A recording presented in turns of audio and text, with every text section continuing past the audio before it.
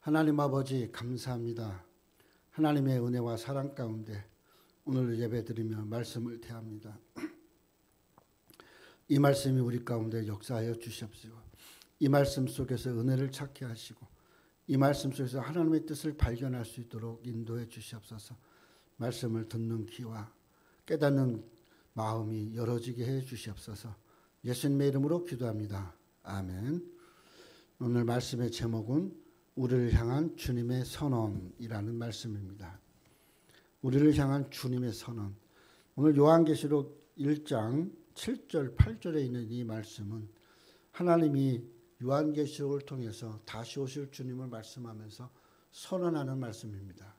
다시 오실 주님은 알파와 오메가가 되시는 하나님이시고 처음이요 나중이신 하나님이고 다시 오실 하나님이라, 그렇게 말씀을 하고 있는 것입니다. 이 선언을 통하면서 요한계시록이 펼쳐지고 있습니다. 사실 이 요한계시록의 말씀도 사실은 예수님 초림 속에 맞춰봐야 됩니다. 그런데 우리는 초림은 제외하고 예수님의 초림하신 사역에 대해서는 제외하고, 그리고 공간을 띄고 재림에 대해서만 생각하려니까 여기서 많은 이단이 발생하고 또 많은 문제들이 일어나는 것입니다. 요한계시록도 역시 스가랴서나 다니엘서처럼 예수님의 초림 사역 속에서 맞춰보는 것이 지혜롭습니다. 그리고 나서 그 나머지들을 이제 하나님 다시 오실 주님에 대해서 연결해 보는 것이 지혜라고 할 수가 있겠습니다. 오늘 이 요한계시록 1장에 있는 말씀은 아시아의 7교회, 곧 하나님의 피로 만드신, 피로 사신 모든 교회, 사도 요한이 예수 그리스도의 계시를 보면서 전하는 인사 말씀입니다. 그래서 아시아 7교회뿐만 아니라 그 이후에 나타날 모든 교회들을 포함하고 있다 이거예요. 그래서 7교회입니다. 이 소아시아의 이 7교회를 보면 이렇게 하트의 반 모양이 돌아가 있어요. 그 희한하게 7교회가. 그럼 이쪽 하나는 사실 선이 없다고 해도 과언이 아닐 거예요. 이건 뭐예요? 앞으로 교회들이 그것을 이뤄간다, 그런 뜻일 수도 있습니다. 어떻게 보면 계시록은 종말론이지만 막 종말에 임할 것들, 막 환란, 그런 것들에 대한 것이 아니라 궁극적인 그 종말의 사건들 속에서 하나님이 건져내시고 지키시고 인도하시는 하나님의 사랑을 표현하고 있다라는 것이에요. 이제도 계시고 전에도 계시고 장차 오실 이여 그 보좌 앞에 7영과 또 충성된 증인으로 죽은 자 가운데서 먼저 사시고 땅의 임금들의 머리가 되신 예수 그리스도로 말미암아 은혜와 평강이 있기를 원한다, 그렇게 말씀을 하고 있어요. 그러면서 5절, 6절 그렇게 이야기하고 7절, 8절에 오늘 인사 마무리가 되는 겁니다. 인사가. 사도 요한만이 아니라 당시의 모든 예수님의 제자들, 또 예수님의 제자들을 통해서 복음을 받아들인 모든 사람들은 주님의 다시 오심에 대해서 주님께서 마지막 사도행전에서 혹은 말씀하신 내용이 그가 승천하시면서 다시 오실 것이다 라는 말씀이에요. 그러므로 우리가 이 인사말을 보면서 이 제자들도 그렇게 얘기해요. 베드로전서 1장 1, 2절에 보면 예수 그리스도의 사도 베드로는 본도, 갈라디아, 갑바도기아, 아시아와 비두니아에 흩어진 나그네, 곧 하나님 아버지의 미리 아심을 따라 성령이 거룩하게 하심으로 순종과 예수 그리스도의 핏부림을 얻기 위하여 택하심 받은 자들에게 편지하노니 은혜와 평강이 있기를 원한다, 그렇게 이야기를 하고 있어요. 그러니까 요한계시록에서도 마찬가지고 사도 베드로도 마찬가지로 삼일체 하나님의 그 말씀과 더불어 은혜와 다시 오실 것을 기다리라, 그렇게 이야기하고 있는 거죠. 또 고린도후서 13장 13절에 보면 주 예수 그리스도의 은혜와 하나님의 사랑과 성령의 교통하심이 너희 무리와 함께 있을지어다. 축도의 축도. 사실 지금 우리가 사용하는 축도의 모델이에요. 그러니까 오늘 우리가 이렇게 모든 예수 믿는 사람들에게 성부와 성자와 성령으로 말미암아 하나님의 영광과 하나님의 축복이 있어지기를 선언하고 바라는 그런 그 인사말들을 하고 마무리 인사들을 하는 것을 볼 수가 있어요. 그것은 그만큼 주님을 향한 주의 선언을 따라서 복음을 전하고 또 믿음으로 살아가는 사람들이 되어야 된다는 것입니다. 오늘 이 두 곳에 고린도전서, 고린도후서, 베드로후서 이 두 곳의 말씀을 살펴보는 것은 성부, 성자, 성령이 함께 하시고 계시고 어떤 일을 하시고 있는지 우리가 이것을 통해서 알아볼 수 있다는 겁니다. 초대교회 때 예수님을 믿는 것은 목숨을 걸어야 됩니다. 지금 같지 않습니다. 정말 죽음을 각오하고 예수를 믿는 것입니다. 그래서 임박한 진노를 사모하고 견디고 또 거기서 하나님 주시는 복을 사모하고 하나님 주시는 복은 바로 그 임박한 진노, 죽음을 다해야 될 수 있는 그러한 속에서도 지켜주시고 아니 또 그곳에서 지켜주지 않는다 할지라도 하나님의 나라 이루고 하나님 나라를 사모하는 궁극적인 축복을 바라보게 하는 그런 말씀이라고 할 수가 있어요. 그래서 오늘 우리는 인사 말씀을 통하면서 분명히 주님 다시 오실 것, 다시 오실 때 우리는 어떻게 맞이할 것인가 이런 것들을 생각해 봐야 됩니다. 그러므로 정호빈 강사님도 그런 이 하나님의 시대의 종말을 향하여 가는 그런 믿음 속에서 그래도 하나님을 기쁘게 하고 하나님 뜻을 따라갈 수 있는 그 나라를 사모할 수 있는 궁극적인 그 하나님의 복 그것을 사모하는 신앙이 될 수 있어야 된다는 거죠. 첫째로 우리 인간에게서 가장 큰 문제가 뭘까요? 우리 사람이 살면서 가장 큰 문제는 뭘까요? 죽음입니다. 근데 우리는 죽음이라고 생각을 안 해요. 어떤 목사님이 그런 이야기를 합니다. 자기 교회 한 집사님이 이제 꿈을 꿨는지 어떻게 그렇게 했는데 그 꿈에 주님이 찾아오셨대요. 그래서 내가 너네 집에 유하여야겠다. 그러고 주님 언제든지 오시는 겁니다. 오세요. 자기 집에 예수님이 유하게 됐어요. 예수님이 유하면서 이렇게 두루 다니고 이렇게 하면서 보니까 벽장에 이 창고 같은 그 서랍이 하나 있는 것을 봤어요. 뭐 예수님께서 궁금하잖아요. 그 벽장을 열어보니까 자기가 이 사람이 갖고 있는 토지 문서 돈 누구한테 빌려주고 또 이런 것들이 가득 거기 돈하고 더불어 담겨 있어요.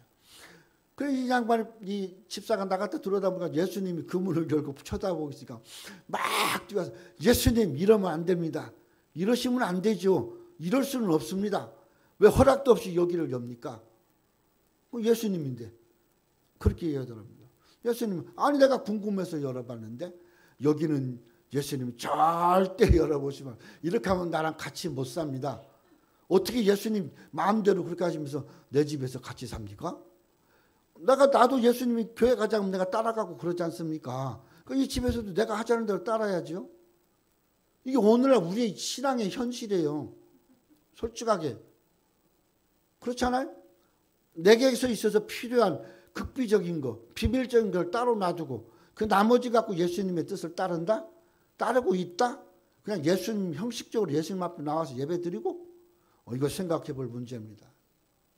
그 집사님만이 아니에요. 지금 찾아오시는 예수님 반갑기는 맞았는데 불안한 거예요.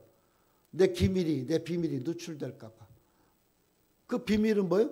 회개할 것들이요. 사실 회개할 것들. 이 땅에 버려두고 가야 될 것들이야. 그렇잖아요. 땅 문서 가지고 어디로 갈 거예요? 돈 빌려준 거 그거 차용증서 가지고 어디로 갈 거예요? 금은 보화 가지고 어디로 갈 거예요? 오늘 우리가 살아가면서 이 죽음이라고 하는 것은 바로 이것입니다. 내가 이 땅에 가져갈 수 없는 것들이 다다라는 것이에요. 근데 우리는 착각합니다. 내가 영원히 살 수 있는 것 같은 착각에 빠지는 거죠. 주님도 필요 없어요. 사실적으로. 형식적으로 그냥 사람들 앞에 하기 위해서 그렇게 예배하고 이런 그런 우리들의 모습 아니냐 이거예요.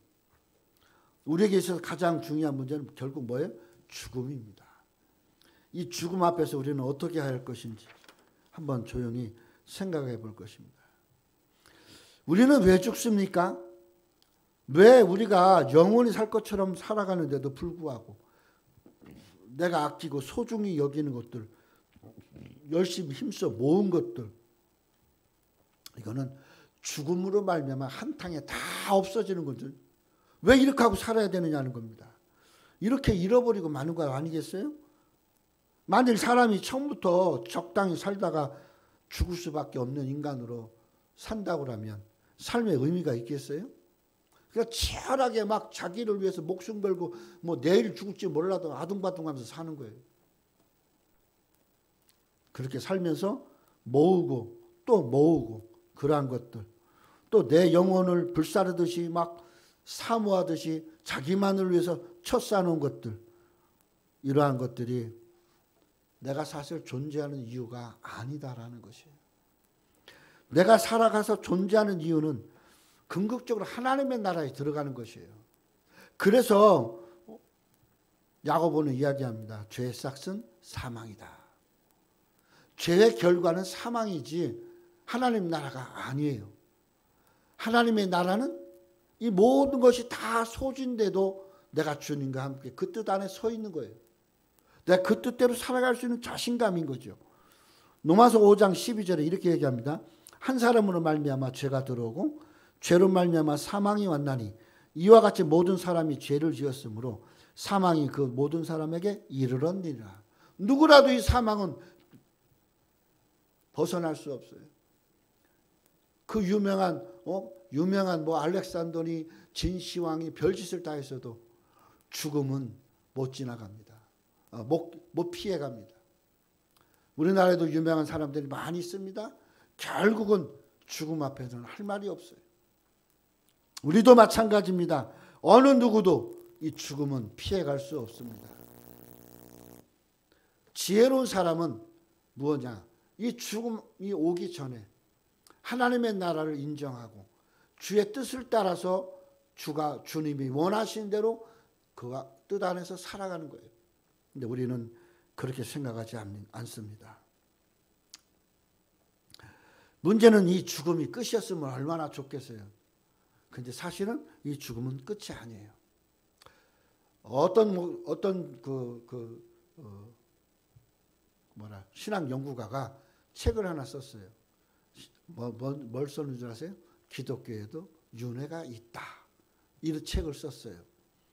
그래가지고 예수님이 변화산에서 변화할 때 거기에 모세와 엘리야가 나타났던 거.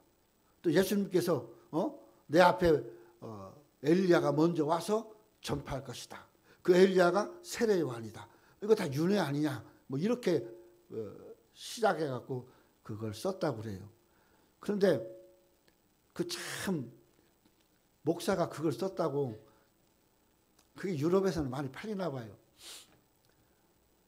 윤회는 없어요. 이 땅에 윤회는 없어요. 굳이 윤회를 따진다고 하면 뭐가 윤회예요? 하나님의 나라가 윤회예요. 하나님의 나라로 이 땅을 모형 삼아 만들어 놓으셨는데 죄를 범하여서 그 나라를 못 가요. 근데 우리가 예수 믿고 구원 얻으면 그 나라를 가요. 이게 윤회인 거예요. 어떻게 얘기하면. 성경에서 얘기하는 윤회, 굳이 윤회라고 따진다면. 결국 우리는 죽음 뒤에 있는 세계를 생각을 안 해요. 죽음 후에 오는 임하는 나라를 생각 안 한다는 거죠. 그래서 잠언 27장에는 이야기합니다. 너는 내일 일을 자랑하지 말라. 하루 동안에 무슨 일이 일어날지를 내가 알 수 없습니다. 그렇게 말씀하고 있는 겁니다. 더 큰 문제는 이 죽음이 끝이 아닌데 한 번 죽는 것은 사람에게 정하신 것이요. 그 후에 뭐가 있어요? 심판이 있으리라. 이 심판에 천국과 지옥이 갈라지는 겁니다. 근데 우리는 그 생각을 안 하는 거죠. 그러니까 뭐 천국은 많은 돈을 내고 들어가고 죽은 후에 자기 가족들이 막 천도제를 드리고 이렇게 하면 가는 곳이라고 착각하는 거예요. 심판을 따라서 사람은 천국 가고 어떤 사람은 지옥으로 나눠진다는 사실을 우리가 알아야 됩니다. 근데 거기에 지옥을 예수님은 이렇게 이야기합니다. 마가복음 9장 48절 위에 보면 거기는 구더기도 죽지 않고 불도 꺼지지 않고 사람마다 불로서 소금 치듯이 하는 곳이다. 그렇게 얘기하고 있어요. 그게 지옥이에요. 한번 잘 생각을 해보세요. 구더기도 안 죽어요. 아무도 죽을 수 없다는 얘기죠. 불도 안 꺼져요. 그냥 불 속에 있는 겁니다. 근데 이 불 속에 있는데 그 불이 또 사람들에게 각각에게 소금 치듯이 뿌려진다는 사실이에요. 이게 소름 끼치는 이것이 지옥의 모습이라고 예수님 친히 말씀하셨습니다. 그러나 우리는 죽음도 심판도 두려워할 필요가 없습니다. 왜냐? 예수님께서 부활하셔서 죽음을 이기신 것처럼 그 부활의 주님을 믿는 자들에게는 심판주로 오시는 예수님이 뭐예요? 부활의 첫 열매가 되기 때문이에요. 그렇기 때문에 하나님의 나라에 궁극적으로 들어가고 주님을 기다리며 주님을 사모하는 신앙으로 우리가 믿음으로 세상을 살아가야 됩니다. 그래서 그러한 설렘을 가지고 사는 것이 믿음의 삶인 거예요. 하나님의 나라에 대한 기대와 설렘. 어떤 사람은 전문 의학자가 설렘이라는 말을 이렇게 얘기합니다. 집안에 오래된 물건들을 정리하게 되는데 내가 설레이는 것은 못 버린다. 마음에 내가 애착이 가고 또 내가 마음에 신경 썼던 거 이것들이 설렘이다. 그렇게 표현하는 사람도 있어요. 만약 이 말씀대로 이 사람이 얘기한 건대로 한다면 우리의 설렘은 어디에 있어야 돼? 주님에게 있어야 돼. 주님은 버릴 수도 없고 주님은 누구 줄 수도 없고 주님은 그냥 내 속에 있는 거예요. 그게 설렘인 거예요. 그게 믿음의 삶의 세계인 거예요. 근데 우리는 어떻게 해요? 내 현실의 조급함, 내 현실의 급급함, 지금 당장에 터지지 않는 이러한 일들과 문제들, 그 사고 발생 속에서 누구를 버려요? 하나님 버려요. 그리고 내가 지니고 있는 비밀 근거만 붙들고 있어요. 이건 주님도 건들면 안 돼. 어느 누구도 건들면 안 돼. 나만 그 속에서 약속을 꺼내듯이 차근차근 꺼내서 풀어가야 된다는 거예요. 그럼 그 속에 하나님이 역사하셔요? 그 속에 하나님이 함께하고 있어요? 아니라는 겁니다. 고린도후서 4장 18절에 우리가 주목하는 것은 보이는 것이 아니요 보이지 않는 것이니 보이는 것은 잠깐이요 보이지 않는 것은 영원함이라. 그렇게 이야기하고 있어요. 오늘 본문 8절에 이렇게 얘기합니다. 주 하나님이 가라사대 나는 알파와 오메가라. 이제도 있고 전에도 있었고 장차 올 자요 전능한 자라. 그렇게 말씀하고 있는 것이 있습니다. 또 4절에 보면 요한은 아시아에 있는 7교회에게 편지하노니 이제도 계시고 전에도 계시고 장차 오실 이와 그 보좌에 앉은 7명과 그렇게 이야기합니다. 같은 말이죠. 똑같은 말이 반복되고 있는 것을 볼 수가 있어요. 여기에서 강조되는 게 뭐예요? 알파와 오메가, 처음과 끝이라는 겁니다. 알파, 오메가, 알파는 헬라어 첫 글자예요. 그 다음에 오메가는 마지막이에요. 그러니까 처음과 끝이라는 것이. 그러니까 처음과 끝에 표현을 하고 있는 거죠. 요한계시록 21장 6절에 또 이렇게 얘기합니다. 또 내게 말씀하시되 이루었도다. 나는 알파와 오메가요. 처음과 마지막이라 내가 생명수 생물을 목마른 자에게 값없이 주리라. 그렇게 하고 있어요. 그러니까 처음과 시작, 내 인생, 여러분의 인생, 태어나고 죽는 것까지 이 모든 것이 뭐예요? 한 속 안에 있어요. 그 한 속 안이 뭐예요? 하나님 뜻이에요. 내가 왜 태어났냐? 아버지 왜 나 낳았어요? 어머니 왜 낳았어요? 우리가 젊었을 때는 그런 얘기들 종종 하는 사람들 많이 있어요. 왜 낳았어요? 안 낳았으면 내가 이런 꼴 안 보고 이 험한 일을 안 하잖아요. 왜 굳이 나가지고 내가 아버지 따라 엄마 따라 예수 믿고 이 개고생 생고생을 해요? 이런 사람들이 있어요. 나 많이 들었어요. 전도사 때. 그럼 내가 할 말이 없어요. 그럼 내가 이렇게 얘기합니다. 너 태어난 것은 엄마 아버지 소관이 아니야. 그냥 하나님이 너를 뜻대로 태어나게 한 거야. 하나님 뜻이 뭔데요? 네가 예수 믿고 구원으로 천국 가는 거야. 오늘 우리에게서 중요한 사실을 잃어버리는 것이 그겁니다. 태초에 하나님이 천지를 창조하시니라. 창세기 1장 1절에 말씀하겠죠. 유다서 1장 25절에 곧 우리 주 홀로 하나이신 하나님께 우리 주 예수 그리스도로 말미암아 영광과 위엄과 권력과 권세가 영원 전부터 이제의 영원토록 있을지어다. 이게 뭐예요? 태초에 하나님이 천지를 창조하셨는데 그 천지를 창조하신 하나님에 의해서 어때요? 세세토록 영원토록 권력과 영광이 존재한다는 것이죠. 이것을 잃어버려요. 그러니까 처음부터 하나님은 하나님 계획과 하나님 뜻 안에 모든 것을 두셨어요. 그리고 그것을 이뤄가시기를 원하셔요. 그 안에서 우리가 어떻게 해야 돼요? 하나님 뜻만 바라보고 가야 되는 거예요. 하나님 뜻이 무엇인지 우리는 몰라요. 하나님 이끄시는 대로 끌려가면 돼요. 이걸 뭐예요? 성령의 인도하심이라고 하는 겁니다. 성령은 보일 수가 없어요. 볼 수가 없어요. 예수님께서 뭐라고 했어요? 성령으로 난 사람에 대해서 바람이 임의로 불매 성령으로 난 사람은 다 이러하니라 그랬어요. 바람이 부는 것을 그냥 나무가 이파리가 없이 서 있으면 몰라요.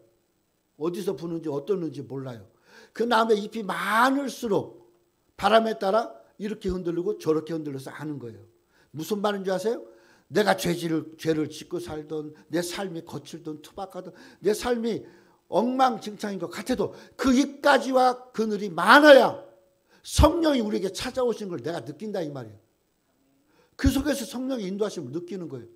근데 우리는 종종 뭐라고 하냐면 나뭇잎 다 떨궈내고 나뭇가지만 남아가지고 내 뜻대로 내 마음대로 살면서 뭐라고 하냐면 성령의 인도하심이 없대. 성령이 언제 어떻게 역사되는지도 모르는데. 이까지가 많아야 돼요. 그래서 성경에 뭐라 했어요? 죄가 많을수록 은혜가 더하다 그랬어요. 그러니까 우리가 회개하고 기도하고 간구하는 건 뭐예요? 내 이 삶을 돌아보는 거잖아요. 그게 나뭇가지 흔들리는 거예요. 그러니까 거기서 어떻게 해야 돼? 회개해야 돼요. 내 삶 속에 돌아보고 회개해야 돼요. 나는 항상 이야기합니다. 내가 무슨 실수가 생겼든지 내가 무슨 아프든지 어떤 것이 생겼든지 반드시 어떻게 하라? 나를 돌아봐라. 나를 돌아봐라. 기도할 곳이 있는가를 찾아라. 그리고 그 기도 안에서 하나님 뜻 안에 회개하고 기도하라. 그러면 하나님이 또다시 나를 은혜가 있게 해서 이끌어가요. 그게 뭐예요? 눈물인 거예요. 바람이 임으로 불고 그 다음에 뭐가 와요? 비가 와요. 비가. 그 비가 나뭇잎은 울지 못해요. 그 비가 나뭇잎에 묻히면서 바닥에 떨어져. 그게 나뭇잎의 눈물이에요. 우리의 눈물도 그렇게 돼야 돼요. 우리도 그렇게 울 수 있어야 돼요. 하나님 뜻대로 회개하면서 울고 그리고 하나님 인도하심을 성령의 인도하심으로 따라갈 수 있어야 돼요. 장차 오실 하나님이 성부 하나님입니까? 성령 하나님입니까? 성자 하나님입니까? 성부 하나님입니까? 성령 하나님입니까? 성자 하나님입니까? 인사말 속에 요한계시록은 그게 많이 나와요. 성자 하나님, 성부 하나님, 성령 하나님.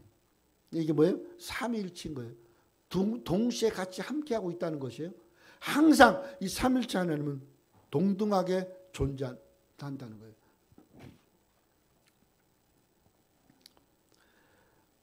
타락한 이후에 사람이 타락한 이후에 사람을 이끌어 가신 하나님은 성부 하나님으로 안 하십니다.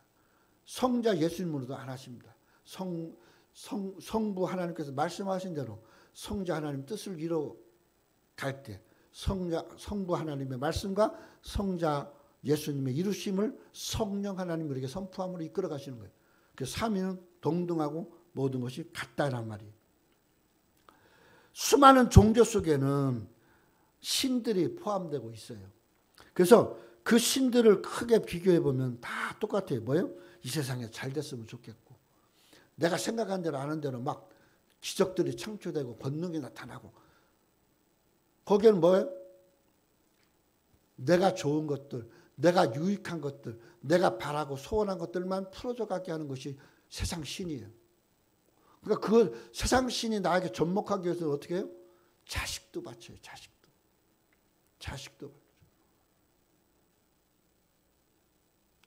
오늘 우리가 하나님 앞에서 성령 안에 산다. 성령의 인도하심을 받는다. 그 사람은 성자 예수님이 거하시는 자입니다. 그 자는 분명히 그 사람은 하나님의 인도하심이 함께한 자입니다. 동등해요. 따로 떨어진 게 아니에요. 본문 7절에 또 한 번 읽습니다. 볼지어다 구름 타고 오시리라. 각인의 눈이 그를 보겠고 그를 찌른 자들도 볼 것이요 땅에 있는 모든 족속이 그로 인하여 애곡하리니 그러하리라.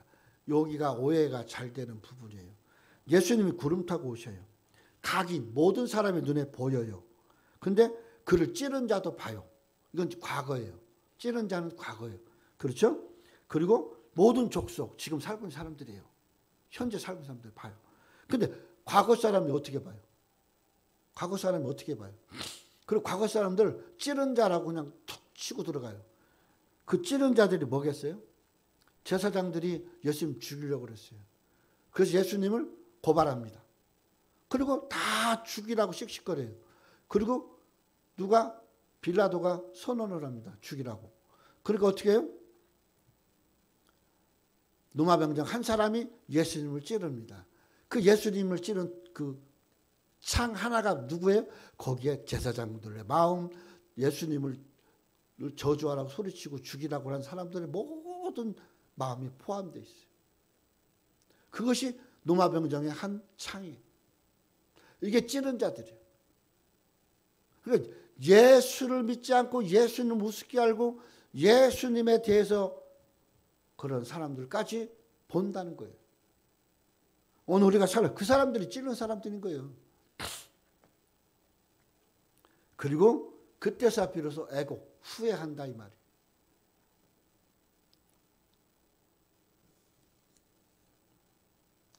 (4절과 8절의) 표현이 다 하나님입니다. 4절에는 요한은 아시아에 있는 7교회에 편지하노니 이제도 계시고 전에도 계시고 장차 오실 이 그 보좌의 앞에 7영과 그렇게 얘기하고 있어요. 이 보좌에 앉으시니 이게 하나님이에요. 하나님. 8절에 나오는 이 하나님과 같은 의미입니다.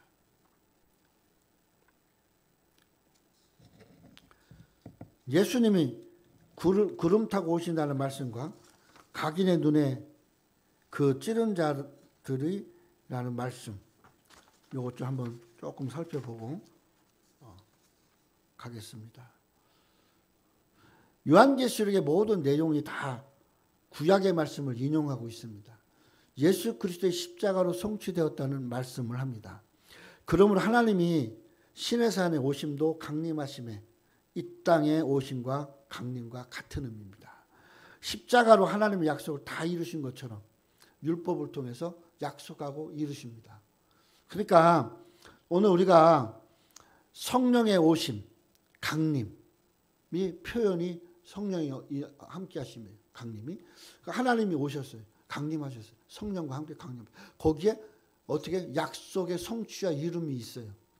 예수 그리스도를 포함하고 있는 그 삼일체 하나님이 함께 임하셨다는 말입니다. 다니엘서 7장 13절 14절에 또 이렇게 얘기합니다. 내가 또 밤 환상 중에 보니 인자 같은 이가 하늘 구름을 타고 와서 옛적부터 항상 계신 이에게 나가 그 앞으로 인도하되 그에게 권세와 영광과 나라를 주고 모든 백성과 나라들과 다른 언어들이 말하는 모든 자들이 그를 섬기게 하였나니 그의 권세는 소멸되지 아니하는 영원한 권세요 그의 나라는 멸망하지 아니할 것이다. 그렇게 다니엘에게 하나님 말씀하셨어요. 즉 바벨론의 포로로 잡혀갔는데 이스라엘 백성이 잡혀가는데 그 잡혀감이 문제가 아니다라는 거예요. 거기에 하나님이 구속되고 결속되고 잡혀가는 것이 아니다라는 겁니다. 하나님은 이스라엘 백성이 가는 곳에 따라가셔요. 그리고 그곳에서도 하나님 다시 돌아오게 하시려고 역사하십니다. 물론 70년이 걸렸지만. 즉 인자 같은 이 하나님께서 모든 것들을 이루시고 인도하시는 권세와 능력이 같이 하고 있다라는 것이죠. 사도 요한의 편지를 받는 사람들, 예수님을 믿음으로 핍박을 받고 있는 사람들이에요. 실제 그때 당시에 아시아 7교회예요. 유대인들에게도 핍박을 받고 이방인에게도 핍박을 받고 다 핍박을 받아요. 그렇게 핍박받는 그 사람들에게 반모섬에 유배된 요한에게 하나님이 환상을 보여주는 겁니다. 그리고 계시하고 있다는 것입니다. 그래서 요한 계시록입니다. 환상만 있으면 계시록이 아니에요. 신비묵시록이라고 하지. 그러나 환상 속에 하나님의 뜻과 계시를 포함하고 있어요. 그러니까 그것이 결국 계시록이 되는 겁니다. 요한계시록을 살펴보는데 성경의 첫 부분인 창세기의 첫사람 아담, 하나님께 불순종해서 에덴에서 추방되죠. 축복을 잃어버리죠. 성경의 마지막 부분인 요한계시록은 죽기까지 순종하신 두 번째 아담이신 그리스도에 의해 에덴 동산의 회복을 말씀하십니다. 그게 다시 올 주님과 함께 살 천국이에요. 그래서 창세기는 시작의 장이고 요한계시록은 완성의 장이다. 그렇게 얘기하는 겁니다. 창세기는 서론이고 요한계시록은 결론이라 할 수 있습니다. 그래서 요한계시록의 서론은 1장이에요. 1장 전체가. 그러므로 요한계시록 해석함에 있어서 이 말씀을 매우 중요하게 여겨야 됩니다.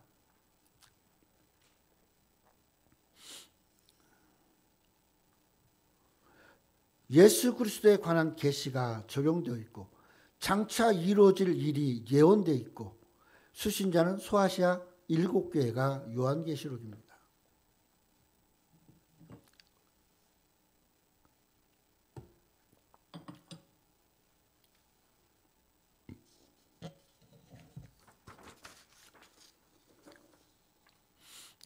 출애굽기 19장에 보면 여호와 하나님께서 시내산에 나타나실 때 우레와 번개와 빽빽한 구름이 산 위에 있고 나팔 소리가 매우 크게 들리고 진중에 있는 모든 백성이 떨고 있었다 그랬어요. 하나님께서 구름으로 나타나신 이유는 뭐예요? 거리를 두시는 거예요. 백성들과 하나님과의 거리를 두시는 거예요. 왜? 일정한 거리를 침범하면 다 죽어요. 하나님 영광을 보면 다 죽어요. 하나님 배려하시면 그들을 살리면서 그들이 하나님 뜻대로 살기를 바라시는 그 거리 두심이 있는 거예요. 어떻게 보면 성경은 우리에게 거리를 두시게 하는 하나님의 뜻일 수 있습니다. 그것이 그 말씀대로 사는 자들만이 하나님 말씀 안에서 두려움 속에 그 하나님 영광으로 살아갈 수 있는 거죠. 사도행전 1장 8절에 보면 오직 성령이 너에게 임하시면 너희가 권능을 받고 예루살렘과 온 유다와 사마리아와 땅끝까지로 내 증인이 되라 그랬어요. 그럼 예수님께서 올라가실 때 흰 옷 입은 두 사람이 그 곁에 서서 이르되 갈릴리 사람들이 들아 어찌하여 서서 하늘을 쳐다보느냐. 너희 가운데서 하늘에 올려진 예수는 하늘로 돌아가신 본 그대로 다시 오리라. 그렇게 말씀하고 있어요. 여기 구름 타고 오신다는 말, 이게 정명석은 지금 감옥에 있죠. 이 정명석은 이렇게 얘기합니다. 이 구름 타고 온다라는 것이 많이 이렇게 둘러쳐 있는 사람들을 이야기하는 것이다. 이거요, 저 히브리어로 여기를 번역하면 그 뜻이 나와요. 이 구름에 에워싸는 것이 군중의 무리 이렇게도 해석을 할 수 있게 나와요. 한 8번째인가 7번째 해석안에 보면 히브리어는요, 제1, 제2, 제3, 제4 그렇게 번역의 순서가 가요. 가장 가까운 숫자가 최대로 본문에 입각한 표현이에요. 그런데 그 표현 제껴두고 4번, 5번, 6번을 찾아요, 사람들이. 그러니까 희한한 문맥이 나오는 거예요. 그러니까 이 말씀을 그렇게 얘기합니다. 정명석은. 이 추종하는 사람들이 나를 추종하는 사람이 빽빽하게 둘러있으니까 나는 재림 예수다. 이렇게 구름 타고 온 거다 내가. 이렇게 얘기한다는 거예요. 히브리서 12장 1절에 구름같이 허다한 증인, 이걸 거기다 적용하는 겁니다. 구름같이 둘러싼 허다한 증인. 11장에 아벨, 에녹, 노아, 아브라함 이렇게 쭉 인용하잖아요. 이런 사람들이 거기에 있는데 그거 쏙 빼요. 그리고 어떻게 해요? 유명한 자나 무명한 자나 빽빽히 나를 에워싸는 거예요. 이미 나는 구름 속에서 너희를 대하는 재림한 예수다. 이렇게 정명석은 그렇게 이야기를 한다고 합니다. 물론 정명석이 뿐만 아니라 모든 이단들은 말씀을 이렇게 해석을 합니다. 그래서 이단들의 모임을 보면 어떻게 해요? 교주 중심이 되고 교주의 말은 최고의 말씀이고 교주는 하나님과 동등하게 그들은 대한다는 거죠. 신천지나 뭐 안상홍이나 다 똑같아요. 그러니까 안상홍이가 죽은 지가 한 3, 40년이 넘었는데도 그 만가를 추종하고 모이고 있잖아요. 구름 타고 올라가신 주님께서 다시 구름 타고 오신다는 이 말씀, 이거는 하늘의 구름과는 분명히 다르긴 합니다. 그렇다고 해서 빽빽하게 둘러싼 사람들을 이야기하는 것이 아니다라는 거예요. 사도행 1장의 말씀처럼 성령의 강림 속에, 오순절의 성령의 임함 속에 주의 재림을 기다리고 사모하는 모습으로 우리가 살펴보면 본문 7절에 있는 말씀, 볼지어다 구름 타고 오시리라, 각인의 눈에 그를 보겠고 그를 찌른 자들도 볼터이요라고 하는 이 말씀의 의미를 잘 찾을 수가 있습니다. 구름 타고 오신다는 말씀, 다니엘서, 출애굽기, 마태복음에서도 사도행전에서 이야기한 것처럼 구름 타고 오시는 사람이 각인의 눈에 볼 것이고 찌른 자도 본다고 그렇게 얘기합니다. 본문의 7절 말씀과 스가랴에 또 이런 말씀이 나와요. 내가 다윗의 집 예루살렘 거민이 은총과 강구하는 심령을 부어주리니 그들이 찌른 바 그를 바라보고 그를 위하여 애통하기를 독자를 위하여 애틋하듯 하며 그를 위하여 통곡하기를 장자를 위하여 통곡하듯 하리라. 스가랴에서 그렇게 얘기하고 있어요. 그러니까 이거랑 이거랑은 비슷하죠. 내용이 오늘 본문의 7절에 있는 말씀하고. 그런데 차이점은 뭐냐? 스가랴서는 예수 그리스도의 초림을 말하고 있어요.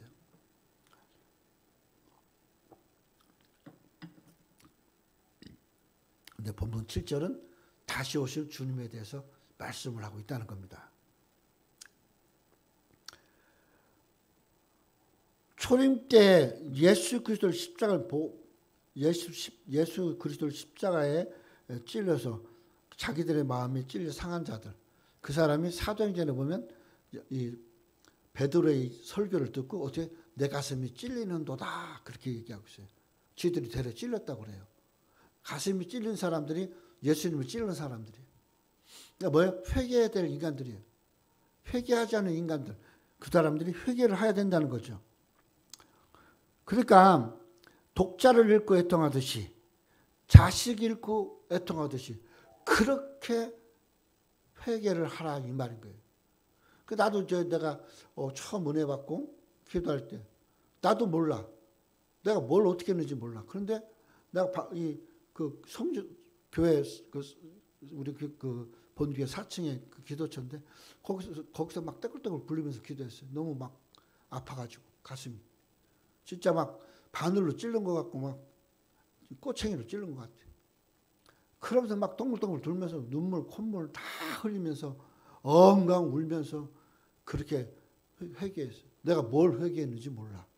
근데 그 기도를 2시간 3시간 하고 나니까 내 마음은 편하고 말로. 그리고 죄사함 받은 확신을 가질 수 있었어요.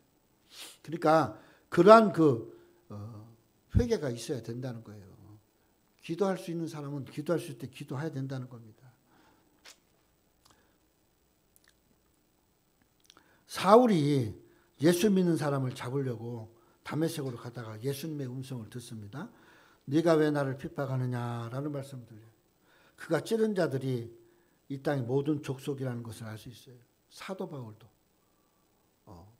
바울이 되기 전 사울이 다메섹에서 예수님 앞에 꼬꾸라집니다. 그리고 그가 아라비아 광야로 가서 3년 동안 머물면서 회개하고 말씀 보면서 새로워진 사람이 되어서 비로소 사도가 되는 것을 볼 수가 있어요.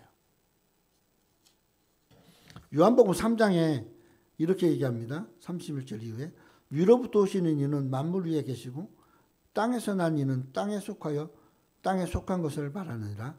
하늘로부터 오시는 이는 만물 위에 계시나니 그가 친히 보고 들은 것들을 증언하되 그 증언을 받는 자가 없다. 그렇게 예수님에 대한 말씀을 하고 있어요. 예수님 십자가 지시고 또 그가 십자가 지실 때까지 영생에 대해서 그 영생으로 들어가는 길에 대해서 말씀하셨는데, 내가 그 길이요 진리요 생명이라고 말씀하셨는데 다른 의미가 없어요. 아니 따라도 그냥 금방 돌아서요. 왜? 매일 오병이어의 기적을 체험하는 거 아니잖아요. 집에 가면 또다시 삶이 궁색하고 먹고 사는데 급급하고 자식들 먹여야 되고, 그러니까 돌아서고 또 돌아서고 또 돌아선다는 거예요. 오늘 우리 삶 속에서 우리는 주님이 다시 오실 때를 생각해 보면서 주님께서 승천하시면서 다시 오신다 했던 이 말씀, 예수님은 바로 우리 교회를 통해서 하나님 뜻을 이루고 또 이 교회로 말미암아 하나님이 원하신 것들이 완성되어지기를 원한다는 것이죠.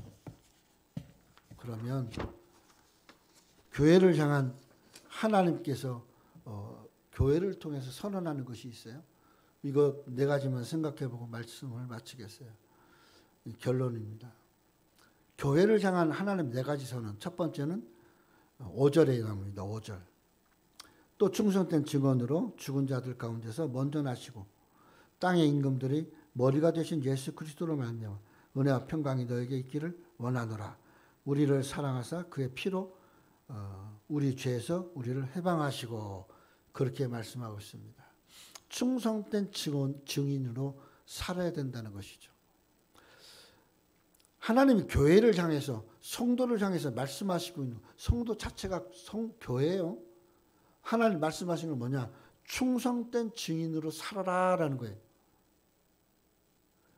충성된 증인. 그가 누구예요? 하나님, 평강의 하나님이 함께 하셔서 하나님의 은혜 안에서 그 평강을 전달하는 자라는 것이죠. 두 번째는 예수 그리스도로 말미암아 우리를 죄에서 해방시키심에 대한 구원자가 누구신가를 선언하라라는 거예요.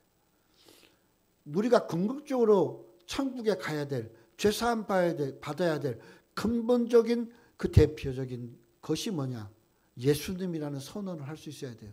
그게 복음 전도예요. 주님이 부활하시고 승천하시고 우리의 부활의 소망이 되셨어요. 그러면 우리는 그 주님으로 말미암아 하나님의 나라가 이 땅에 임하기를 기도하며 선언하고 사는 겁니다. 왜? 하나님 나라는 하나님이 통치하는 나라이기 때문에 그래요. 우리 자신도 하나님의 통치를 받아야 돼요. 세 번째는 예수님의 재림은 온 우주적인 것이라는 선언입니다. 나만을 위한 예수님의 재림도 아니고 우리 교회만을 위한 것도 아니고, 그러나 우리 교회도 나만을 위한 것도 다 선언이 돼요. 아시아 7교의 특징이 라오디게아나 에베소처럼 잘 살고 막 돈이 많은 교회도 있지만, 그러나 지지리도 못 사는 교회도 있어요. 정말 힘들고 어려운 교회도 있어요.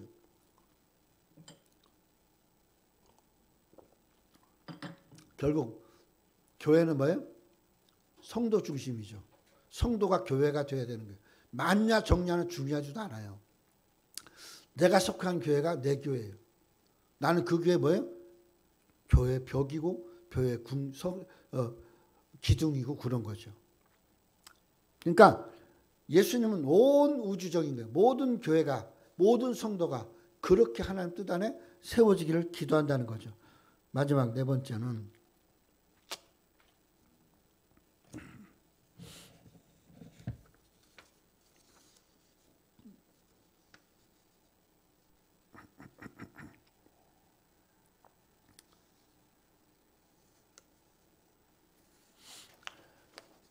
8절에 나옵니다. 주 하나님이 이르시되 나는 알파와 오메가며 이제도 있고 전에도 있고 장차 올 자요 전능한 자라. 전능한 하나님께서 예수님을 통해 알파와 오메가가 되시고, 알파는 헬라어 첫자, 오메가는 마지막 자죠. 그렇게 모든 것들 속에서 존재하고 인도하시는, 즉 내 삶 시작 끝, 내 교회 시작과 끝, 그리고 이 세상 시작과 끝 모든 것들이 하나님의 능력 가운데 하나님께서 완성하신다는 거죠. 그 완성이 재림으로 이루어진다는 것. 이것을 우리는 선언하고 살 수 있어야 된다는 겁니다. 주님이 만물을 다스리고 통치한다는 의미고, 우리의 삶을 그분께 의뢰해야 되고, 우리는 묵시적으로 하나님의 뜻이 예수 그리스도를 통해서 이 땅에 이루어지고 성령의 인도하심을 따라 이루어가는 그러한 믿음의 사람들, 성도로 살아가는 우리 모두가 되어야 된다는 말씀을 생각하면서 이 말씀의 의미를 잘 찾고 그러한 신앙을 갖고 잘 이기고 하나님 뜻 안에 사는 성도들 되시기를 바랍니다. 기도하겠어요.